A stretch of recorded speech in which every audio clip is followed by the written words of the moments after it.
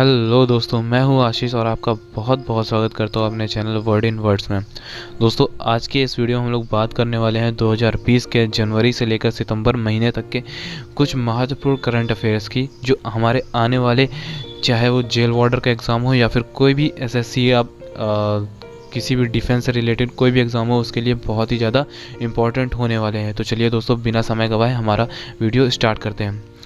तो दोस्तों, हमारा पहला क्वेश्चन है, हाल ही में प्रधानमंत्री जी के निजी सचिव कौन बने हैं? तो दोस्तों, मैंने जो सही आंसर है उसको हाईलाइट करके रखा हुआ है। तो जो प्रधानमंत्री के निजी सचिव बने हैं वो हैं हार्दिक Satish Chandra Shah.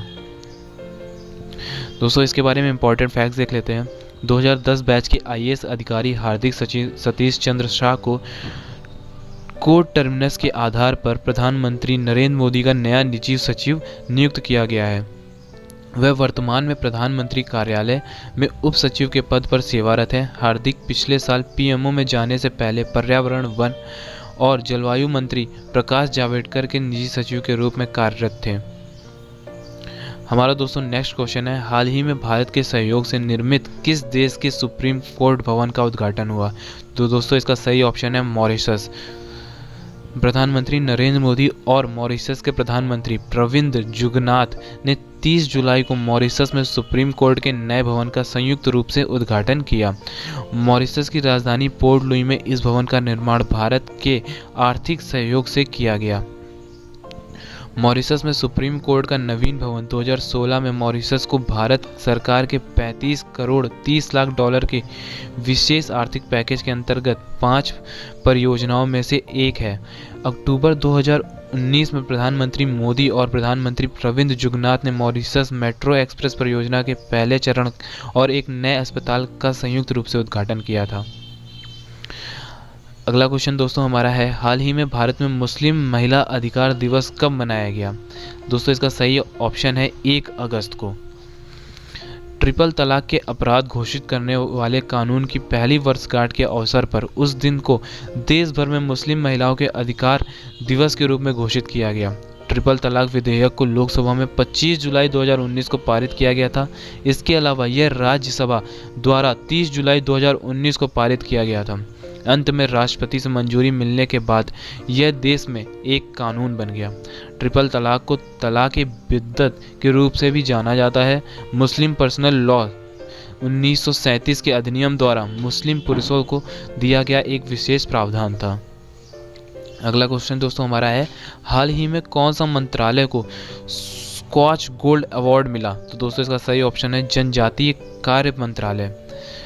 Scotch gold award आदिवासी मामलों के मंत्रालय को सक्षम आईटी योजनाओं के माध्यम से आदिवासियों के सशक्तिकरण परियोजनाओं के लिए प्रदान किया गया। यह प्रोजेक्ट डिजिटल इंडिया के सपनों को साकार करने, पारदर्शिता लाने के साथ साथ सेवाओं के वितरण को सुविधाजनक बनाने के लिए भारत सरकार की अटूट प्रतिबद्धता की दिशा में एक कदम है। केंद्रीय जनजातीय मामलों के मंत्री का नाम है दोस्तों अर्जुन मुंडा। हमारा अगला दोस्तों क्वेश्चन है, हाल ही में 29 जुलाई को मनाए गए वैश्विक बाघ दिवस पर जारी रिपोर्ट में सर्वाधिक बाघ किस राज्य में बताए गए हैं? तो दोस्तों, इसका सही ऑप्शन है मध्य प्रदेश। केंद्रीय पर्यावरण, वन और जलवायु परिवर्तन मंत्रालय ने हर साल 29 जुलाई को मनाए जाने वाले वैश्विक बाघ दिवस की पूर्व संध्या पर अखिल भारतीय बाघ अनुमान सर्वेक्षण 2008 की रिपोर्ट जारी की है। मध्य प्रदेश में देश में बाघों की संख्या सबसे अधिक 526 है और कर्नाटक में बाघों की संख्या 524 और उत्तराखंड में 442 बाघ हैं। अगला क्वेश्चन दोस्तों हमारा है, हाल ही में अरब देशों के पहले परमाणु रिएक्टर जिसने अपना ऑपरेशन शुरू किया है उसका नाम है? तो दोस्तों, ये देश है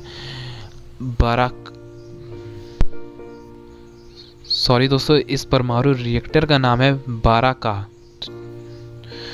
तेल से समृद्ध खाड़ी राष्ट्र यूएई के आबू धाबी में अरब जगत के पहले परमाणु रिएक्टर बाराका ने काम करना शुरू किया। बाराका के 2017 अपना ऑपरेशन शुरू करने की उम्मीद थी, हालांकि सुरक्षा के विभिन्न मुद्दों के कारण इसमें देरी होती रही।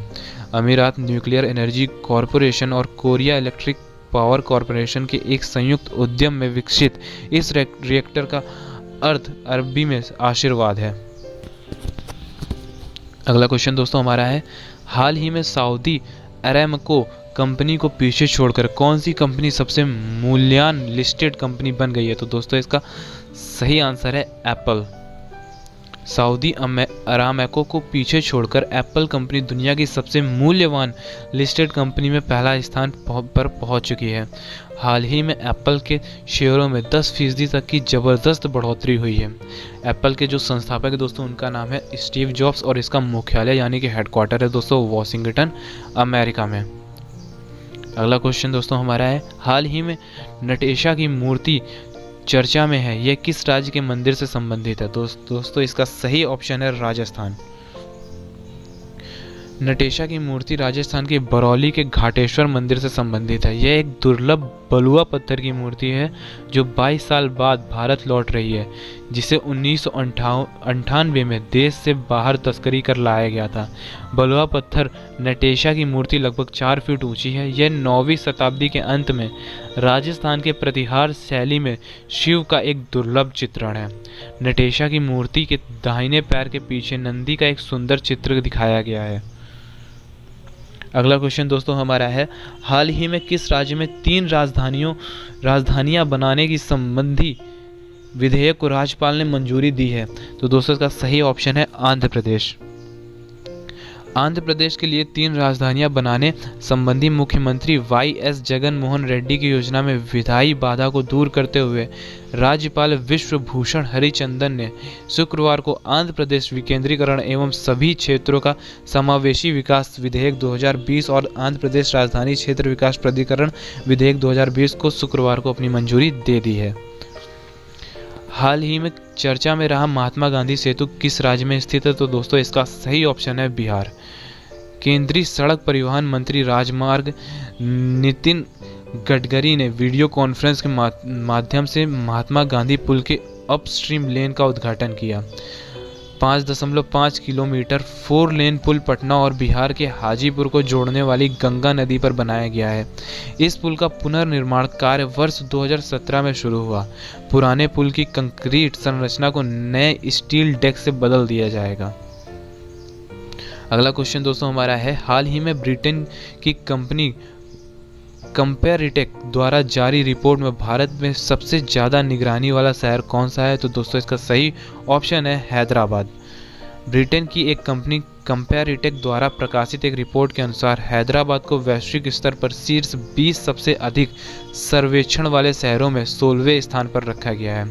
हैदराबाद में 3 लाख सीसीटीवी कैमरे हैं, जबकि चीन में ताइवान में 4,65,255 सीसीटीवी कैमरों के साथ पहला स्थान पर है। अगला क्वेश्चन दोस्तों हमारा है, हाल ही में आरबीआई के किस पूर्व गवर्नर को पहला पीसी महालनोबिस पुरस्कार दिया गया? तो दोस्तों इसका सही ऑप्शन है श्री रंगाराजन।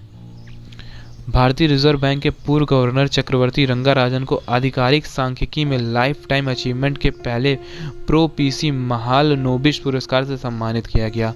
उन्हें राष्ट्रीय आय के आकलन से संबंधित मुद्दों का समाधान प्रदान करने के लिए दिए उनके उत्कृष्ट योगदान के लिए लाइफ टाइम अचीवमेंट अवार्ड दिए गया है। इस पुरस्कार की शुरुआत सांख्यिकी और कार्यक्रम कार्यान्वयन मंत्रालय द्वारा इसी वर्ष यानी 2020 में की गई है और अब इसे आधिकारिक सांख्यिकी के विकास और संवर्धन के लिए किसी भी व्यक्ति द्वारा किए उत्कृष्ट और सराहनीय योगदानों के लिए प्रतिवर्ष प्रदान किया जाएगा। अगला क्वेश्चन दोस्तों हमारा है, हाल ही में 36वां आसियान शिखर सम्मेलन आभासी रूप से कहाँ आयोजित किया गया? तो दोस्तों इसका सही ऑप्शन है वियतनाम। साल में 2 बार आयोजित होने वाली ASEAN association of south east Asian Nations summit 2020 का 36वां संस्करण वियतनाम के हनोई में वीडियो कॉन्फ्रेंसिंग के जरिए आयोजित किया गया। इस शिखर सम्मेलन का विषय कोहेसिव एंड रिस्पॉन्स एशियन था।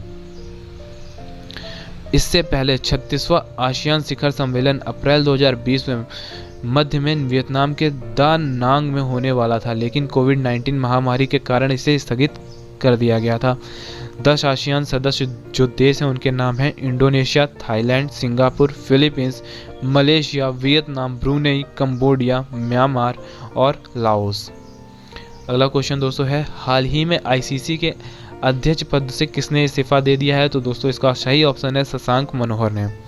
अंतर्राष्ट्रीय क्रिकेट परिषद आईसीसी के चेयरमैन शशांक मनोहर ने 2 कार्यकाल तक क्रिकेट निकाय के प्रमुख के पद पर रहने के बाद इस्तीफा दे दिया है। आईसीसी बोर्ड ने फैसला किया है कि मनोहर का उत्तराधिकारी चुनने जाने तक उपाध्यक्ष इमरान ख्वाजा अध्यक्ष पद का अतिरिक्त पदभार संभालेंगे।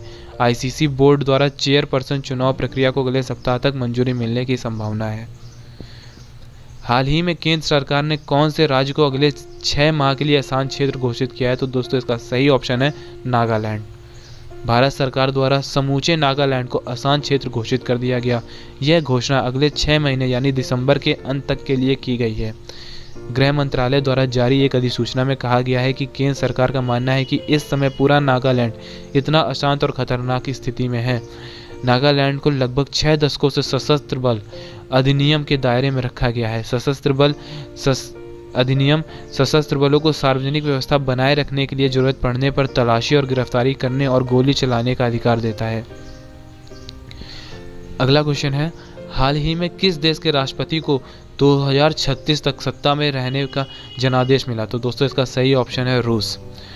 रूस के राष्ट्रपति व्लादिमीर पुतिन ने 2036 तक सत्ता में बने रहने का जबरदस्त जनादेश हासिल किया है।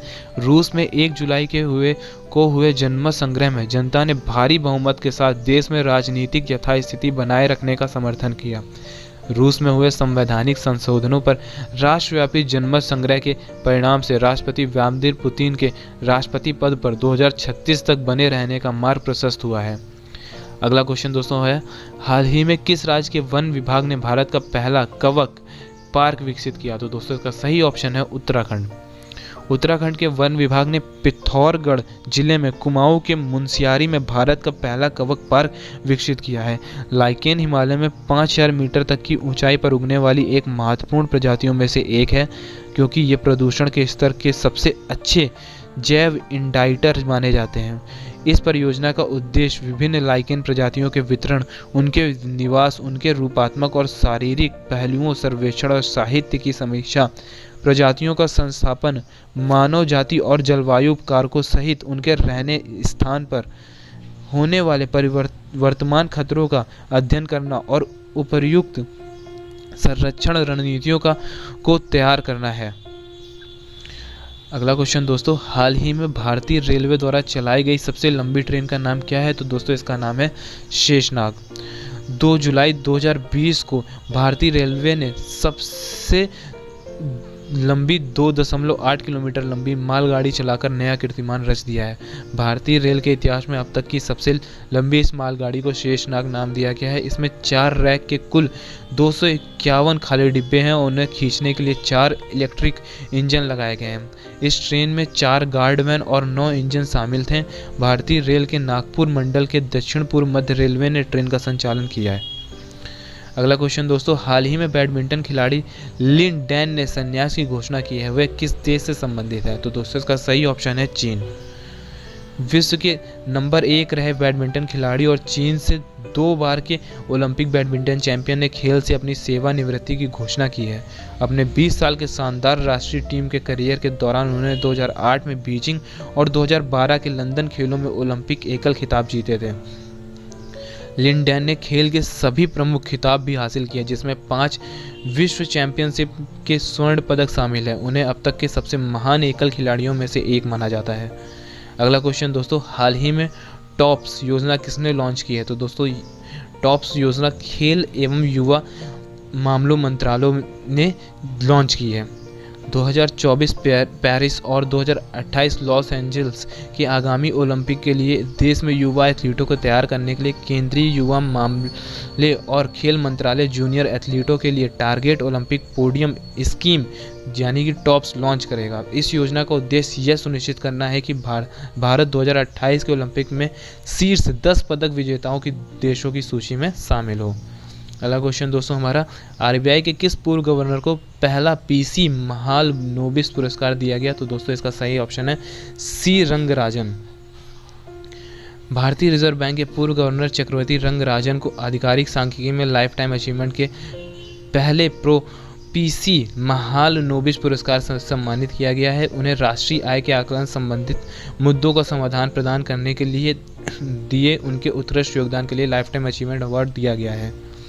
अगला क्वेश्चन दोस्तों, हाल ही में प्रधानमंत्री मोदी 10 जुलाई को एशिया के सबसे बड़े सोलर प्लांट का उद्घाटन किया है।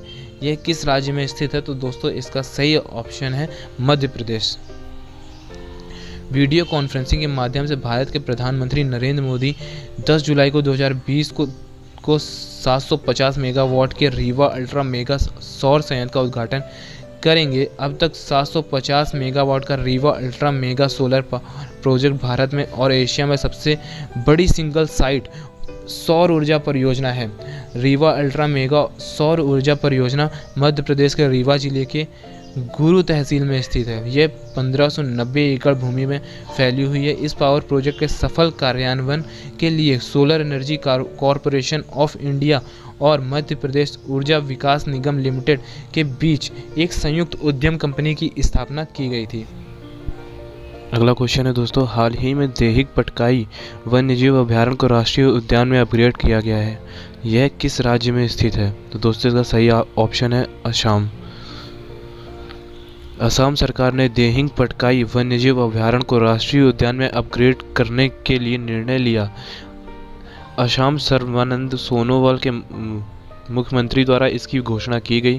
केंद्रीय पर्यावरण और वन मंत्रालय के प्रोजेक्ट एलिफेंट के तहत 1992 में देहिंग पटकाई को एलिफेंट रिजर्व घोषित किया गया था, पर बाद में 13 जून 2004 को देहिंग पटकाई को एक वन्यजीव अभयारण्य के रूप में घोषित किया गया था। हाल ही में भारत का कौन सा राज्य 100% एलपीजी कनेक्शन वाला राज्य बन गया? तो इसका दोस्तों सही ऑप्शन है हिमाचल। हिमाचल प्रदेश राज्य के सभी घरों में एलपीजी गैस कनेक्शन उपलब्ध है, जिससे उज्ज्वला योजना के शुभारंभ के दौरान प्रधानमंत्री नरेंद्र मोदी द्वारा निर्धारित लक्ष्य को प्राप्त करने वाला हिमाचल प्रदेश देश का पहला राज्य बन गया है। केंद्र सरकार की उज्ज्वला योजना के तहत छूटे हुए परिवारों को एलपीजी गैस कनेक्शन उपलब्ध कराने के लिए हिमाचल गृहिणी सुविधा योजना मई 2018 में शुरू की गई थी।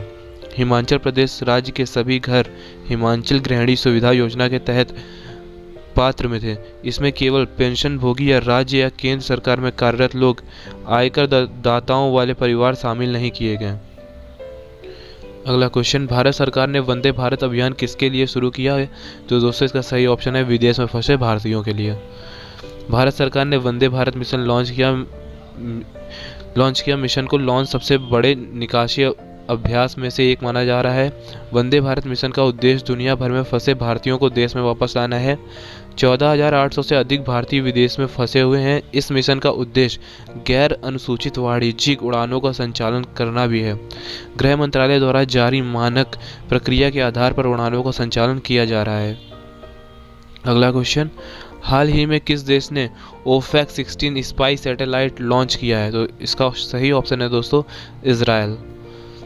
इजराइल के रक्षा मंत्रालय ने सेंटर इजराइल में पामाचिम एयरबेस के पास एक लॉन्च पैड से स्थानीय रूप से विकसित स्वीट रॉकेट के जरिए ऑर्बिट में एक नए स्पाई सैटेलाइट ओफेक 16 का सफल लॉन्च करने की घोषणा की है। यह सितंबर 2016 में ऑर्बिट में भेजे गए ओफेक 11 इजरायली जासूस उपग्रह के बाद का सफल पहला प्रक्षेपण है। अगला क्वेश्चन, हाल ही में किस देश ने WHO के साथ सभी संबंध खत्म करने की आधिकारिक जानकारी संयुक्त राष्ट्र को दे दी है? इसका सही ऑप्शन दोस्तों है अमेरिका। अमेरिका ने 6 जुलाई को विश्व स्वास्थ्य संगठन WHO के साथ अपने देश के सभी संबंध खत्म करने की आधिकारिक तौर पर जानकारी संयुक्त राष्ट्र को दे दी है। नियमों के अनुसार WHO से अमेरिका के अलग होने की प्रक्रिया 1 वर्ष बाद यानी 6 जुलाई 2021 से प्रभावी होगी। अमेरिका ने WHO पर कोविड-19 को लेकर चीन का पक्ष लेने का आरोप लगाया है। यह वैश्विक महामारी 2019 में चीन के वुहान शहर से शुरू हुई थी। अगला क्वेश्चन, हाल ही में वैश्विक रियल एस्टेट पारदर्शिता सूचकांक 2020 में शीर्ष पर कौन सा देश है? तो इसका सही ऑप्शन है ब्रिटेन। वर्ष 2020 में वैश्विक रियल एस्टेट पारदर्शिता सूचकांक हाल ही में जारी किया गया। इसमें दुनिया भर में रियल एस्टेट बाजार में पारदर्शिता के अनुसार रैंकिंग की गई है। इस सूचकांक में भारत ने अपनी रैंकिंग में 1 अंक का सुधार करते हुए 34वें स्थान पर रहा है। रियल एस्टेट बाजार में जुड़े नियामकीय सुधार, बाजार से जुड़े बेहतर आंकड़ों और हरित पहलों के चलते देश की रैंकिंग में सुधार हुआ है। हाल ही में झारखंड स्थित भारतीय कृषि अनुसंधान परिषद के नए भवन का नाम किसके नाम पर रखा गया? इसका सही ऑप्शन है श्यामा प्रसाद मुखर्जी। झारखंड स्थित भारतीय कृषि अनुसंधान संस्थान के नए प्रशासनिक और शैक्षणिक भवन का नाम भारतीय जनसंघ के संस्थापक स्वर्गीय डॉक्टर श्यामा प्रसाद मुखर्जी की 119वीं जयंती के अवसर पर उनके नाम पर रखा गया है। श्यामा प्रसाद मुखर्जी ने अपना पूरा जीवन देश की एकता और अखंडता के लिए समर्पित किया। उन्होंने एक राष्ट्र एक कानून का आह्वान किया और कश्मीर में अपने जीवन का बलिदान दिया। अगला क्वेश्चन, हाल ही में कौन से देश चेचक और खसरे से मुक्त हैं? तो इसका सही ऑप्शन है मालदीव और श्रीलंका। विश्व स्वास्थ्य संगठन के अनुसार दक्षिण पूर्व एशियाई क्षेत्र के 2 देश मालदीव और श्रीलंका की चेचक और खसरे को अपने लक्ष्य से पहले खत्म करने वाले देश के रूप में पुष्टि की गई है। इसके साथ ही अब मालदीव और श्रीलंका WHO दक्षिण पूर्व एशिया क्षेत्र के ऐसे पहले देश बन गए हैं जिन्होंने 2023 तक चेचक और खसरे को उन्मूलन का लक्ष्य समय से पहले ही हासिल कर लिया है।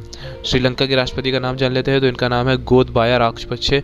श्रीलंका के प्रधानमंत्री महिंद्रा राजपक्षे। श्रीलंका की राजधानी दोस्तों श्री जयवर्धनेपुरम कोटे है और मालदीव के राष्ट्रपति इब्राहिम मोहम्मद सोलिह। अगला क्वेश्चन, हाल ही में ऑपरेशन समुद्र सेतु किसने चलाया था? तो इसका सही ऑप्शन है भारतीय नौसेना ने। विदेशों से भारतीय नागरिकों को स्वदेश लाने के प्रयास में ऑपरेशन समुद्र सेतु को भारतीय नौसेना द्वारा 5 मई 2020 को शुरू किया गया था। ऑपरेशन समुद्र सेतु 55 दिन तक चलाया, जिसमें 3,992 भारतीय नागरिकों को भारतीय नौसेना द्वारा समुद्र मार्ग से अपने देश वापस लाया गया। INS जलाश्व और 3 landing ship tank INS Airavat, INS Shardul और INS मगर ने इस मिशन में भाग लिया। हाल ही में किस संगठन ने चेचक पर डाक टिकट जारी किया है? तो इसका सही ऑप्शन है संयुक्त राष्ट्र। विश्व स्वास्थ्य संगठन और संयुक्त राष्ट्र की पोस्टल एजेंसी ने दुनिया से चेचक के उन्मूलन के 40 साल पूरे होने के मौके पर एक स्मारक डाक टिकट जारी किया है। मई 1980 में 33वीं विश्व स्वास्थ्य सभा ने दुनिया को चेचक से मुक्त घोषित किया। चेचक अभियान WHO द्वारा 1967 में डाक टिकटों के माध्यम से शुरू किया गया था। सर्जियो बाराडाट ने स्मारक टिकट डिजाइन किया है। हाल ही में सतत विकास लक्ष्य रिपोर्ट 2020 में शीर्ष पर कौन सा देश है? तो इसका सही ऑप्शन है स्वीडन। सतत विकास लक्ष्य रिपोर्ट 2020 में सभी संयुक्त राष्ट्र सदस्य राज्यों के लिए SDG इंडेक्स और डैशबोर्ड प्रस्तुत करती है और 6 व्यापक परिवर्तनों के संदर्भ में सतत विकास लक्ष्यों के कार्यान्वयन को फ्रेम करता है। इसे कैम्ब्रिज यूनिवर्सिटी प्रेस द्वारा प्रकाशित किया जाता है। भारत ने SDG इंडेक्स में 61.92 स्कोर करके 117वां स्थान हासिल किया है। पहले स्थान पर स्वीडन देश है। हाल ही में किसने भारतीय वायुसेना को अपाचे और चिनूक हेलीकॉप्टरों की डिलीवरी पूरी की है? तो इसका सही ऑप्शन है बोइंग। बोइंग ने भारतीय वायुसेना को हिंडन एयर फोर्स स्टेशन पर आखिरी बचे 5 AS-64E अपाचे लड़ाकू हेलीकॉप्टरों की डिलीवरी कर दी है। इसके साथ ही बोइंग ने भारतीय IAF को सभी 22 नए AS-64E अपाचे की डिलीवरी पूरी कर ली है। अपाचे हेलीकॉप्टरों की तैनाती लद्दाख में चीन के साथ चल रहे विवाद के चलते ले एयरबेस में सैन्य स्थिति मजबूत करने के लिए की गई है। इसके अलावा बोइंग ने 15 CH-47F चिनूक के भारी भरकम हेलीकॉप्टरों को भी भारतीय वायुसेना को सौंप दिया है। हाल ही में इसरो ने किस देश के उपग्रह एमेजोनिया फर्स्ट को लॉन्च करने की घोषणा की है? तो इसका सही ऑप्शन है ब्राजील। भारतीय अंतरिक्ष अनुसंधान संगठन ने ब्राजील के एमेजोनिया फर्स्ट उपग्रह को लॉन्च करने की घोषणा की है। इस उपग्रह को पोलर सैटेलाइट लॉन्च व्हीकल पर अगस्त 2020 तक मुख्य पेलोड के रूप में लोड किया जाएगा। इस उपग्रह का स्थानीय रूप से ब्राजील में डिजाइन और परीक्षण किया गया है। यह पृथ्वी अवलोकन वाला पहला उपग्रह होगा। PSLV द्वारा लॉन्च किया जाने वाला एमेजोनिया फर्स्ट उपग्रह अमेजोन के वनों की कटाई की निगरानी और अवलोकन करने में मददगार साबित होगा। हाल की अमेजोन क्षेत्र में लगी आग के बाद अब इस उपग्रह की भूमिका देश के लिए बहुत अधिक महत्वपूर्ण होगी। हाल ही में नादौन पुलिस थाने को देश का सर्वश्रेष्ठ पुलिस थाने का दर्जा मिला। यह किस राज्य में है? तो ये हिमाचल प्रदेश में है। हिमाचल प्रदेश के नादौन पुलिस थाने को देश और राज्य के सर्वश्रेष्ठ पुलिस थाने का दर्जा दिया गया है। नादौन पुलिस थाना हिमाचल प्रदेश के हमीरपुर जिले में स्थित है। केंद्रीय गृह मंत्री अमित शाह द्वारा इस पुलिस स्टेशन को उत्कृष्टता पत्र प्रदान किया गया है। पुलिस थानों को रैंकिंग भारत सरकार के गृह मंत्रालय द्वारा प्रदान की जाती है और जिसे हाल ही में केंद्रीय गृह मंत्री द्वारा डीजीपी सम्मेलन के दौरान एक समारोह में ही जारी किया गया था। अगला क्वेश्चन, हाल ही में हॉकी इंडिया के नए अध्यक्ष कौन बने हैं? तो इसका सही ऑप्शन है ज्ञानेंद्रो निंगोमबाम। मणिपुर के ज्ञानेंद्रो निंगोमबाम को हॉकी इंडिया का नया कार्यवाहक अध्यक्ष नियुक्त किया गया है। यह वर्तमान अध्यक्ष मोहम्मद मुश्ताक अहमद का स्थान लेंगे। यह फैसला मोहम्मद मुश्ताक अहमद के 7 जुलाई को हॉकी इंडिया को मिले इस्तीफे के बाद किया गया, जिसमें इन्होंने इस्तीफे की वजह निजी और पारिवारिक कारणों को बताया है। हॉकी इंडिया की स्थापना 20 मई 2009 को हुई थी और हॉकी इंडिया का मुख्यालय नई दिल्ली में है। हाल ही में भारत ब्रिटेन में प्रत्यक्ष विदेशी निवेश करने वाले देशों की सूची में कौन से स्थान पर है? तो यह दूसरे पर है। भारत ब्रिटेन में प्रत्यक्ष विदेशी निवेश करने वाला दूसरा सबसे बड़ा निवेशक देश बन गया है। वर्ष 2019 में भारत ने ब्रिटेन में 120 परियोजनाओं में निवेश किया और 5,429 रोजगार सृजित किया था। ब्रिटेन सरकार के ताज़ा आंकड़ों के अनुसार भारत एफडीआई में 4% की वृद्धि कर तीसरे से दूसरे पायदान पर आ गया है। वर्तमान में ब्रिटेन में प्रत्यक्ष विदेशी निवेश के लिहाज से अमेरिका पहले स्थान पर है, दूसरे स्थान पर भारत और तीसरे स्थान पर जर्मनी है। हाल ही में किस राज्य की कैबिनेट ने स्टार्टअप नीति 2020 को मंजूरी दी? इसका सही ऑप्शन है उत्तर प्रदेश। उत्तर प्रदेश राज्य कैबिनेट ने स्टार्टअप नीति 2020 को मंजूरी दी है। यह मंजूरी 8 जुलाई को मुख्यमंत्री योगी आदित्यनाथ की अध्यक्षता में कैबिनेट की बैठक में दी गई। नई स्टार्टअप नीति के तहत स्टार्टअप इकाइयों की स्थापना के मामले में उत्तर प्रदेश को देश की शीर्ष 3 राज्यों में शामिल करने का लक्ष्य रखा गया है। उत्तर प्रदेश में अभी तक सूचना प्रौद्योगिकी एवं स्टार्टअप नीति 2017 प्रचलन में है। अगला क्वेश्चन, हाल ही में किस देश में इंडिया ग्लोबल वीक 2020 सम्मेलन शुरू किया गया? तो यह ब्रिटेन में शुरू किया गया है। प्रधानमंत्री नरेंद्र मोदी द्वारा इंडिया ग्लोबल वीक 2020 के उद्घाटन सत्र को वीडियो कॉन्फ्रेंस के माध्यम से संबोधित किया गया। यह कॉन्फ्रेंस ब्रिटेन में be the revival India and a better new world की थीम पर 3 दिनों तक आयोजित की जाएगी। इसके अलावा वर्चुअल सम्मेलन में आत्मनिर्भर भारत अभियान पर नेवर सीन बिफोर कार्यक्रम का भी आयोजन किया जाएगा। हाल ही में संयुक्त राष्ट्र ने विश्व मलाला दिवस कब मनाने की घोषणा की है? तो इसका सही ऑप्शन है 12 जुलाई। वर्ल्ड मलाला डे संयुक्त राष्ट्र ने युवा कार्यकर्ता मलाला यूसुफजई के योगदान को सम्मानित करने के लिए 12 जुलाई को विश्व मलाला दिवस के रूप में घोषित किया है। मलाला दिवस को दुनिया भर में महिलाओं और बच्चों के अधिकारों का सम्मान करने के लिए मलाला यूसुफजई के जन्मदिन मनाया जाता है। उन्हें पाकिस्तान सरकार द्वारा पहली बार साल 2012 में राष्ट्रीय युवा शांति पुरस्कार से सम्मानित किया गया था। हाल ही में कौन सा राज्य ई लोक अदालत का आयोजन करने वाला भारत का पहला राज्य बन गया? तो इसका सही ऑप्शन है छत्तीसगढ़। छत्तीसगढ़ सरकार द्वारा कोविड-19 महामारी के बीच भारत की पहली ई लोक अदालत का आयोजन किया गया। ई लोक अदालत के तहत ऑनलाइन लाइव सुनवाई वीडियो कॉन्फ्रेंसिंग के जरिए की गई। ई लोक अदालत का आयोजन उच्च न्यायालय और छत्तीसगढ़ राज्य विधिक सेवा प्राधिकरण द्वारा किया गया और जिसका उद्घाटन छत्तीसगढ़ उच्च न्यायालय के मुख्य न्यायाधीश PR रामचंद्र मेनन ने किया था। अगला क्वेश्चन, हाल ही में Styrian grand prix F1 race किस खिलाड़ी ने जीती? तो इसका सही ऑप्शन है लुइस हैमिल्टन। लुइस हैमिल्टन ने ऑस्ट्रिया में स्पिलबर्ग के रेड बुल रिंग में हुई स्टायरियन ग्रैंड प्रिक्स 2020 जीत ली है। इसमें वॉल्टेरी बोटास दूसरे स्थान पर रहे जबकि मैक्स वेरस्टैपेन तीसरे स्थान पर रहे। यह साल 2020 फॉर्मूला 1 वर्ल्ड चैंपियनशिप की दूसरी रेस थी और स्टायरियन ग्रैंड प्रिक्स की पहली रेस थी। हाल ही में दादा साहब फाल्के पुरस्कार 2020 से किसको दिया गया? तो इसका सही ऑप्शन है किंजक डी थोंगडोक।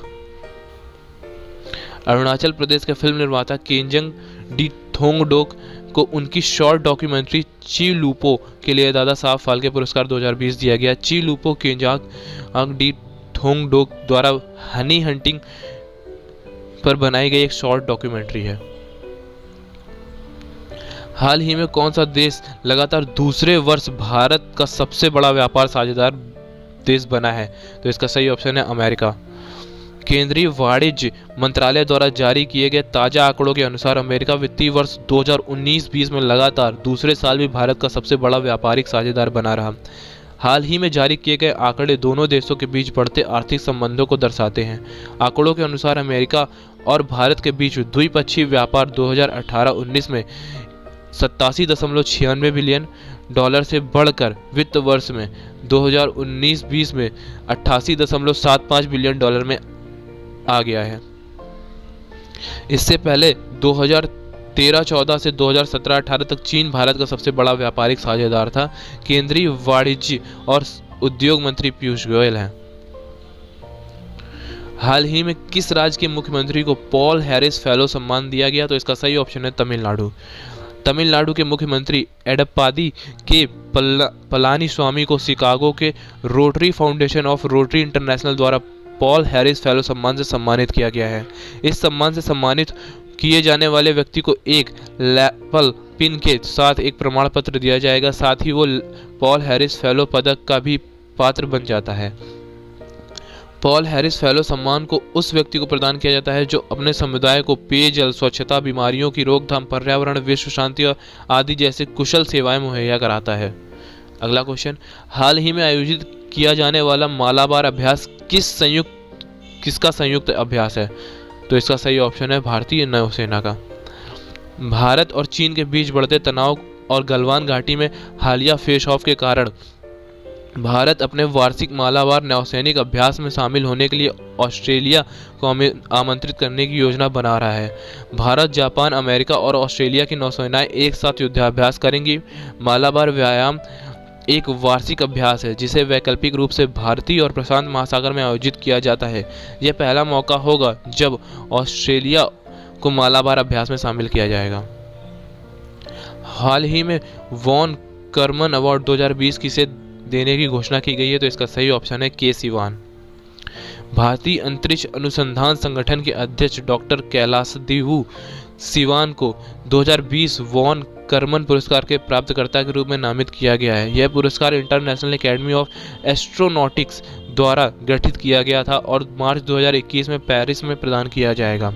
इसका नाम एरोस्पेस इंजीनियर और वायुगतिक विशेषज्ञ थियोडोर वॉन कर्मन के नाम पर रखा गया है।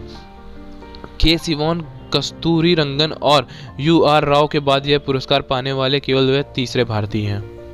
अगला क्वेश्चन, हाल ही में किस देश ने भारत को चाबहार रेल परियोजना से अलग किया?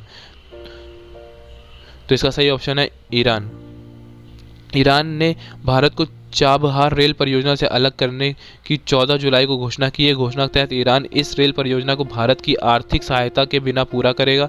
इसके लिए वह ईरान के राष्ट्रीय विकास निधि से 40 करोड़ डॉलर की धनराशि का उपयोग करेगा। सन 2016 में प्रधानमंत्री नरेंद्र मोदी की ईरान यात्रा की थी, जिस दौरान चाबहार समझौता पर हस्ताक्षर हुआ था। पूरी योजना पर करीब 1.6 अरब डॉलर का निवेश होना था। चाबहार रेल परियोजना चाबहार पोर्ट से जहेदन के बीच बनाई जानी है। भारत और ईरान के बीच हुए समझौते के तहत भारत की सरकारी रेल कंपनी भारतीय रेलवे कंस्ट्रक्शन लिमिटेड इस परियोजना को पूरा करने वाली थी। अगला क्वेश्चन, हाल ही में बीसीसीआई के मुख्य कार्यकारी अधिकारी कौन नियुक्त हुए? तो इसका सही ऑप्शन है एएन घोष। हेमांग अमीन को भारतीय क्रिकेट कंट्रोल बोर्ड के मुख्य कार्यकारी अधिकारी के रूप में नियुक्त किया गया है। उन्होंने पूर्व सीईओ राहुल जौहरी का स्थान ग्रहण किया है, जिन्होंने हाल ही में बीसीसीआई के मुख्य कार्यकारी अधिकारी के रूप में अपने पद से इस्तीफा दे दिया है। बीसीसीआई के अध्यक्ष है सौरव गांगुली और बीसीसीआई का मुख्यालय है वानखेड़े स्टेडियम, मुंबई। हाल ही में कौन सा एशियाई विकास बैंक का नया उपाध्यक्ष बना है? तो इसका सही ऑप्शन है अशोक लवासा। 15 जुलाई 2020 को अशोक लवासा को एशियाई विकास बैंक के उपाध्यक्ष के रूप में नियुक्त किया गया था। अशोक लवासा 1980 बैच के सेवानिवृत्त आईएएस अधिकारी हैं। वह चुनाव आयुक्त के रूप में सेवारत थे और मुख्य चुनाव आयुक्त बनने की कतार में हैं। उन्हें अब सार्वजनिक निजी भागीदारी और निजी क्षेत्र के संचालन के लिए एडीबी के उपाध्यक्ष के रूप में नियुक्त किया गया है। मुख्य चुनाव आयुक्त है सुनील अरोड़ा। अगला क्वेश्चन, हाल ही में भारत का पहला केबल रेल पुल अंजी खाद ब्रिज किसके द्वारा बनाया गया? इसका सही ऑप्शन है KRCL। भारत का पहला केबल रेल पुल अंजी खाद पुल कटरा और रियासी को जम्मू और कश्मीर से जोड़ेगा। इस पुल को कोंकण रेलवे कॉरपोरेशन लिमिटेड द्वारा विकसित किया जा रहा है। यह पुल उधमपुर श्रीनगर बारामूला रेल लिंक परियोजना का एक भाग है। USBRL परियोजना में चेनाब नदी पुल का निर्माण भी शामिल है। चेनाब ब्रिज का निर्माण कार्य पूरा हो जाने पर यह दुनिया का सबसे ऊंचा रेल ब्रिज बन जाएगा। अगला क्वेश्चन, हाल ही में वैश्विक विनिर्माण जोखिम सूचकांक 2020 में भारत का क्या स्थान है? तो इसका सही ऑप्शन है तीसरा। ग्लोबल मैन्युफैक्चरिंग रिस्क इंडेक्स 2020 में भारत का तीसरा शीर्ष देश है। वैश्विक विनिर्माण जोखिम सूचकांक रिपोर्ट अमेरिका स्थित संपत्ति सलाहकार द्वारा जारी की गई है। चीन और संयुक्त राज्य अमेरिका MRI 2020 में क्रमशः शीर्ष 2 स्थानों में बरकरार हैं, जबकि भारत पिछले रिपोर्ट से एक स्थान ऊपर उछल गया है और MRI 2020 में तीसरा स्थान में है। अगला क्वेश्चन, हाल ही में नेल्सन मंडेला अंतर्राष्ट्रीय दिवस कब मनाया गया? तो इसका सही ऑप्शन है 18 जुलाई। हाल ही में किस देश ने अपने पहला मार्स मिशन होप लॉन्च किया? तो इसका सही ऑप्शन है संयुक्त अरब अमीरात। संयुक्त अरब अमीरात द्वारा अपना पहला मंगल मिशन होप लॉन्च किया गया। इस मिशन की मदद से UAE का लक्ष्य पहली बार दैनिक और बदलते मौसमी हालातों को अध्ययन करते हुए मार्टियन वातावरण की पूरी जानकारी उपलब्ध कराना है। जापान के तनेगाशिमा अंतरिक्ष केंद्र से 1:58 पर UAE समयानुसार लाल ग्रह के लिए लॉन्च किए गए मानव रहित होप मंगल मिशन के 7 महीनों की यात्रा के बाद फरवरी 2021 तक मंगल की कक्षा में प्रवेश करने की उम्मीद है। मंगल के लिए भेजे गए होप मिशन को एमिरेट्स मार्स मिशन के नाम से भी जाना जाता है। UAE के राष्ट्रपति हैं शेख खलीफा बिन जायद अल नाहयान। UAE की राजधानी आबू धाबी और मुद्रा है संयुक्त अरब अमीरात दिरहम।